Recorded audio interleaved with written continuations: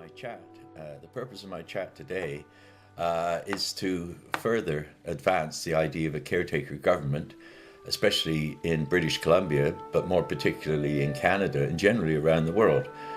In effect, it's a form of direct democracy that moves us in a steady way, in a rational way, in a functional way, in a practical way, from the current domination by political parties.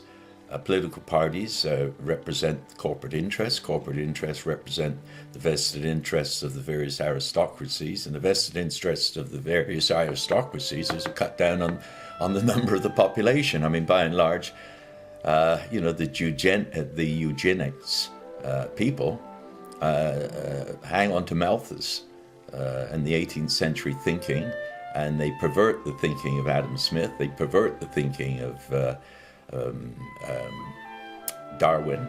They pervert the thinking of, they don't do much about perverting the thinking of Ricardo and Malthus. And they claim a biological reality for their thinking. Madness, total madness. Human beings, animals, which we are gifts of the Creator.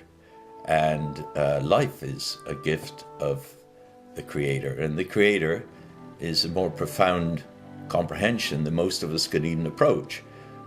I'm interested in mysticism, of course. I have a soul and an individual identity, which I think probably doesn't even carry my personality. It's just conscious awareness. And I've had to adopt a metaphysical approach to these questions by saying, well, there is a trinity. There is a trinity between Mother Earth and Father Sun. And we are in that trinity as a part of the surface chemistry. The surface chemistry is a result of the photons, which as scientists we're still unable to fully identify, and whether or not photons carry elements of consciousness, again, I believe it's beyond, but not entirely beyond, science to determine. But clearly, it generates, by entering the material substance of Mother Earth, the soil, the earth, brings forth all manner of life. And we're a part of that life. And because we have the capacity for creation, I like to think we're creator sons and daughters of that original creator. That this is God's will, if you will. And God's will, to me, is the grand order divine, G-O-D, expressing purpose. Now, all the Vedic people and deeply mystical Christian people, deeply mystical Jewish people, all people who have entered the world of understanding of the nature of the quality of life. Mana, many call it, mana being the strength of understanding, that the manner in which things are done. There's another way of looking at it. The manner of things is the appearance of things, and being a knock on wood druid type, I like solidity. And that's why I like the idea of the Trinity as being between a father and a mother and children. And I'm one of those children. And I'm grateful for that. Now, what have I observed in 50 years in Canada? I've seen this country fall from the potential of a wise and loving and harmonious people, yes, struggling with internal problems, but dealing with those in an honest way. And although there were fringes of elitism, sexism, racism, and all those things here, they hadn't taken a dominant role in the life of Canada as they have today. And they have done that today because any system gets ragged and old if it doesn't change. People say, we have to maintain the status quo. Well, my understanding of the word status quo means the way things are, but it doesn't, it's not locked in stone. We are an evolutionary species, and the evolution we must take, to me, is towards individual and collective enlightenment. Enlightenment to me means a profound understanding of the nature of life and a profound understanding of the nature of compassion, kindness. Kindness is the foundation. Kindness is seeing ourselves in others and attached to others our sense of right and wrong, and saying that man's suffering for things that I believe are entirely wrong, and I must stand with him in being outspoken about the oppression of that person. I see the oppression of the working class in Canada is a great tragedy. People thoughtlessly just refuse to participate in trying to change things because they're so afraid of losing what they've got. Many doomsayers say, oh, well, things have got to get a lot worse before, there's going to be a revolution or a change. No, I don't believe that.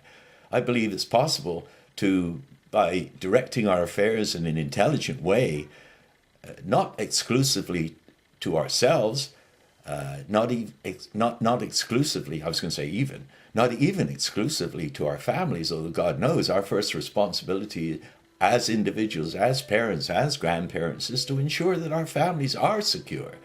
But to do it in a way which we're not creating enemies. We're not saying, yes, we don't want to participate in war because we don't believe that sending armed troops to Haiti is doing anything to improve the situation. And certainly to undermine Jean-Bertrand Aristide is a disgrace to the Canadian people. The fact that we're in Afghanistan with an army is a disgrace to the Canadian people. We need caretaker governments both at the provincial and the federal level. And I regret to say that I'm not going to identify these cowardly psychopaths who are directing our affairs today, but that's precisely what they are. They have no vision. They do not know where they're going. They do not have a plan for anything except their own survival and the domination of a heretic class, in my view, who are just bullies, rapists, bullies, blue meanies, and dirty tricksters. And I don't want to fall into the enemy syndrome. I believe in reform.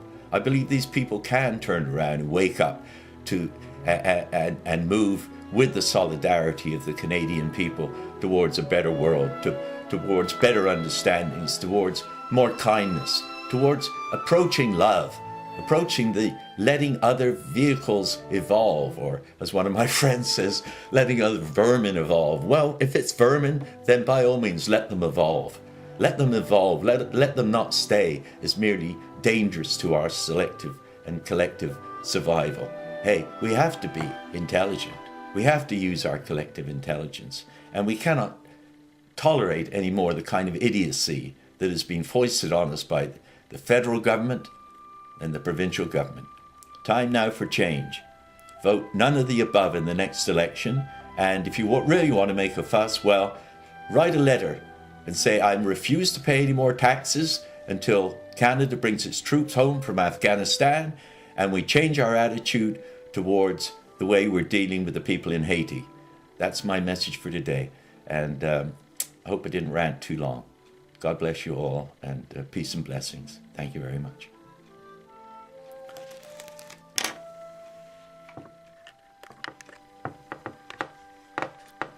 Click.